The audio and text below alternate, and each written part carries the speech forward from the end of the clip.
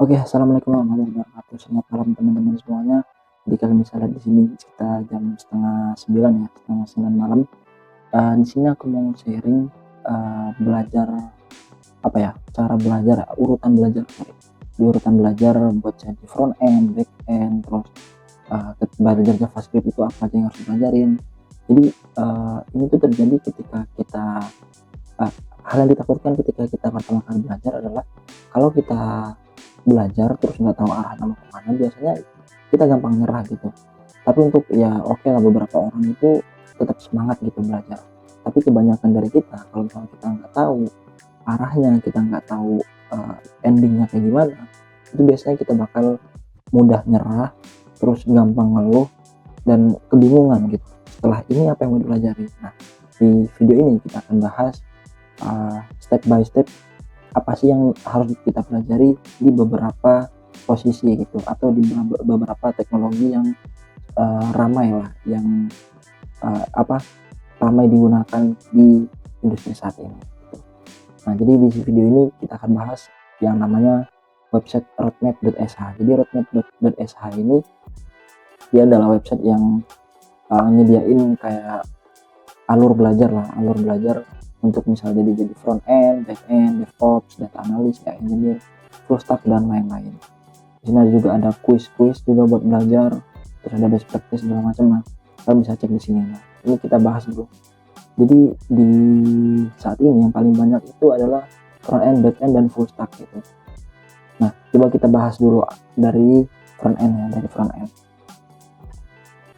Nah, jadi ketika kita mau belajar programming, khususnya teman-teman yang ngambil teknik informatika, sistem informasi mungkin, atau teknik komputer dan lain-lain, bingung kan mau belajar apa gitu, apa yang mau didalami gitu.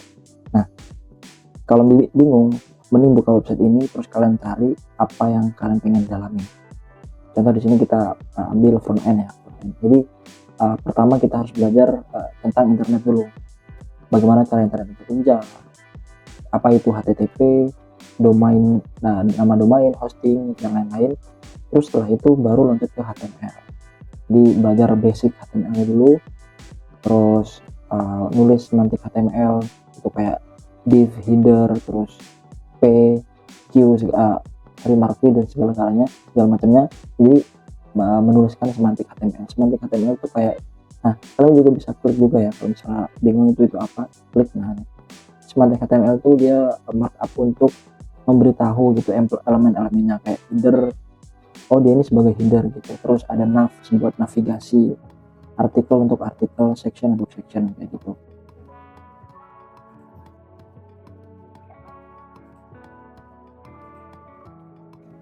Nah kayak gitu. Jadi itu untuk semantik HTML. Terus ada form and validation, accessibility, SA. Di sini juga ada penjelasannya. Di sini kalau ungu ya rekomendasi, terus yang ini alternatif ya, yang kalian buat sendiri alternatif. Jadi kalian pelajarin yang ungu-ungu dulu. Jadi itu yang menurut penulis itu yang paling penting dari yang bikin ini. Jadi setelah belajar HTML langsung ke CSS vanilla ya, CSS dasar lah.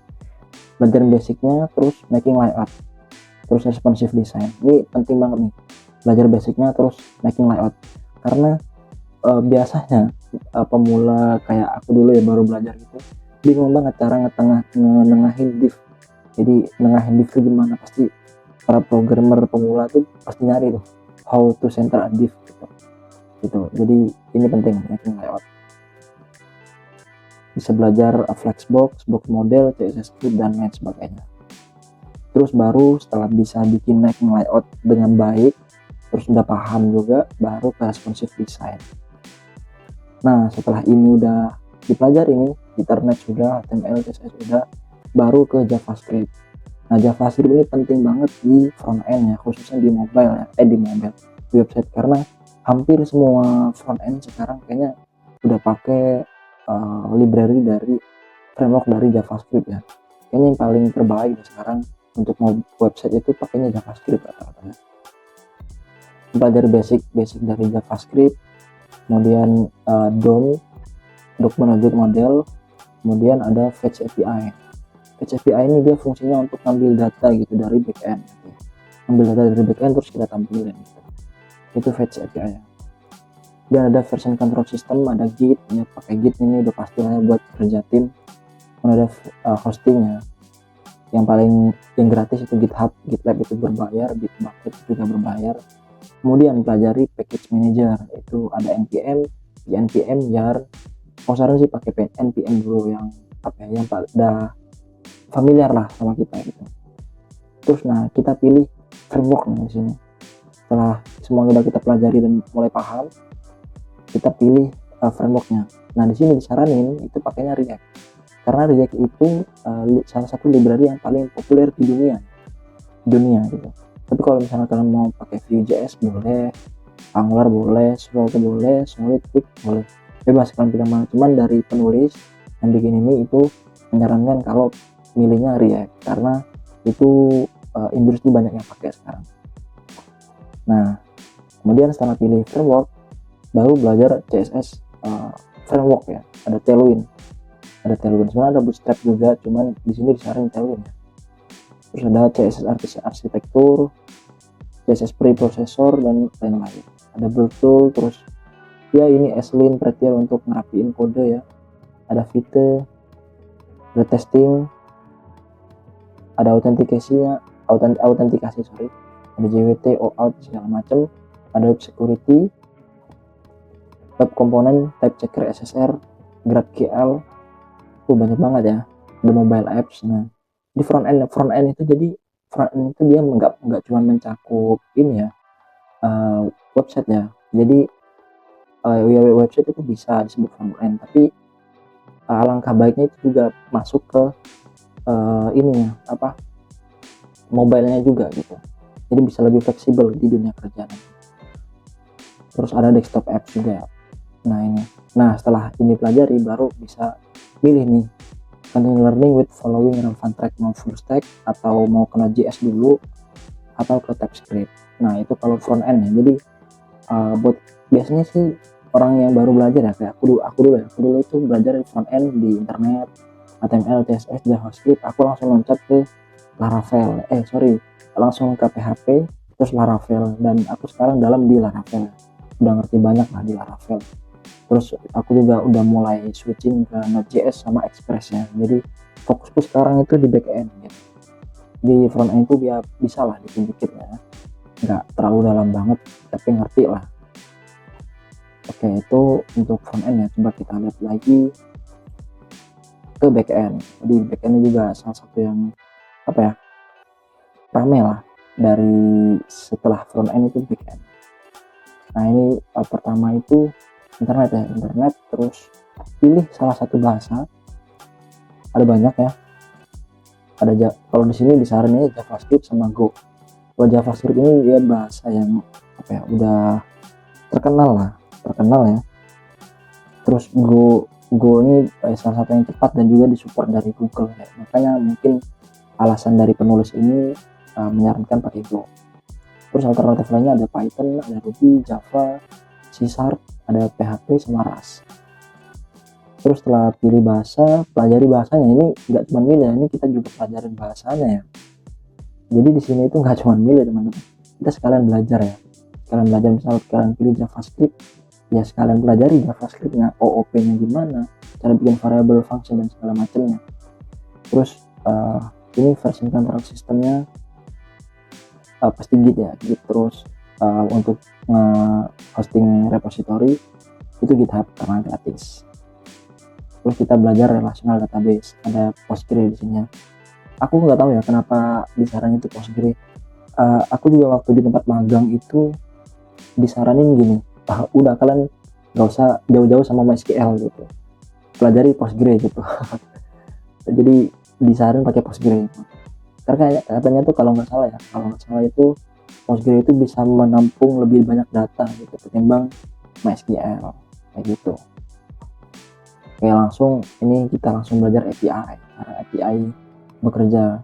Di sini ada REST, ada JSON API, ada SOAP sama gRPC, GraphQL. Tapi yang paling sering itu REST API ya. Terus ini ada cara kerja JWT, kalian pelajari juga, OAuth, basic authentication, token, cookie, ini belakangan. Terus ada caching, ada server side, CDN, client side, ada Redis dan segala macamnya, security, testing, CI/CD dan banyak segala macamnya, itu yang perlu dipelajari gitu. Nah ini backend tuh dia lebih panjang gitu ya ketimbang front end yang tadi, lebih panjang. Nah di bawah bisa milih nih, mau jadi DevOps itu kayak yang ngurusin server atau mau jadi full stack gitu, itu bebas pilih yang mana, tapi yang penting pahami dulu di sininya. Nah aku sendiri tuh belajarnya nggak nurut ini ya, jadi aku agak loncat-loncat, tapi dari sekian banyak alur belajar ada beberapa yang sudah paham dan ada beberapa yang masih belum gitu. Tapi at least kalau misalnya mau dipelajarin gitu, jadi kalian tuh kalau misalnya belajar bahasa pemrograman gitu, kalau bisa tuh jangan loncat-loncat ya. Kalau misalnya saat PHP aja dulu gitu, kalau JavaScript aja, matangin aja dulu, jadi ngerti cara bikin functionnya, cara nerapin OOP-nya, cara bikin CRUD-nya, perulangan, percabangan dan segala macam sampai kalian betul-betul paham. Nah nanti pindah ke bahasa yang lain itu nggak terlalu sulit, nggak terlalu sesulit yang kayak pas kita belajar awal tadi ya. Karena secara konsepnya dia kurang lebih sama aja, nanti bakal ada OOP lagi, bakal ada function lagi, ada variabel lagi dan segala macam gitu. Nah katanya, jadi teman-teman bisa cek sendiri nih, websitenya bagus buat teman-teman yang baru belajar, baru bingung mau arahnya kemana, apa yang harus dipelajarin. Nah kadang-kadang kan kita bingung ya apa yang mau dipelajarin, terus bikin project apa. Nah kalian tuh bisa cari lah di sini nih, udah lengkap lah pelajarannya apa aja gitu. Oke, mungkin itu aja video kali ini teman-teman, semoga membantu teman-teman yang lagi belajar. Ini aku juga masih belajar juga ya, jadi kita sama-sama belajar di sini, dan channel ini aku khususkan buat sharing aja ya, sharing antar sama yang belajar bahasa pemrograman. Oke, itu dia mungkin video kali ini, semoga membantu buat teman-teman semuanya. Sampai jumpa di video selanjutnya.